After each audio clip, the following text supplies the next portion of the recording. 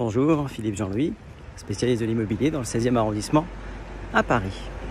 Je voulais vous faire une petite vidéo, non pas, c'est pas un nouveau thème, c'est un thème qu'on a déjà abordé, qui est l'estimation.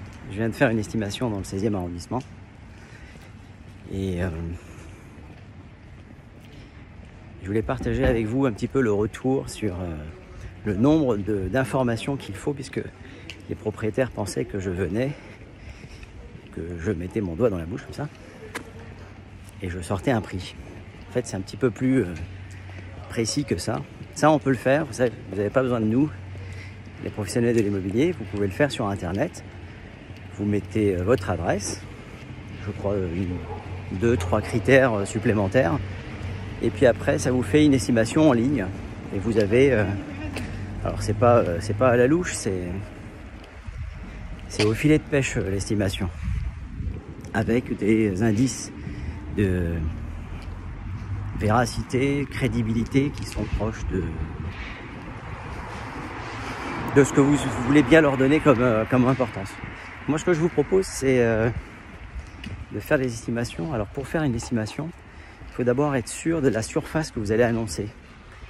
Si vous faites une estimation, si vous avez un projet vraisemblablement de vente, ça peut être aussi pour une succession. Mais en tout cas, la valeur va dépendre directement et principalement, je dirais, de la surface loi Carrez de votre bien. Évidemment, c'est loi Carrez si vous êtes en copropriété, sinon la loi Carrez ne s'applique pas. Mais une fois que vous avez la surface, mais il n'y a pas que ça, il y a l'étage, évidemment, l'environnement, les charges, taxes foncières et le marché. Le marché aujourd'hui n'est pas celui de demain et n'est pas celui d'hier. Nous, on se base principalement, une estimation, un avis de valeur, c'est une photo du marché à un instant T. Donc l'estimation que je vais vous faire, elle est valable le jour où je vous la fais. Le lendemain, on en reparle. Voilà, donc c'est un petit peu plus précis que ce que vous pouvez faire tout seul. Et c'est plus fiable. Voilà. Mais de grâce, n'oubliez pas, la loi Carrez, c'est ce qui est le plus important.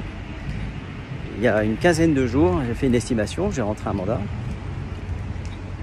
Et lorsque l'on va signer les papiers pour le mandat, on se rend compte que, contrairement à ce que l'on m'avait annoncé, la surface n'était pas celle annoncée, il y avait 6% de différence. Alors 6% de différence sur une estimation, ou sur une surface, pardon, bah, ça fait 6% de moins dans le prix. Voilà, c'est mathématique.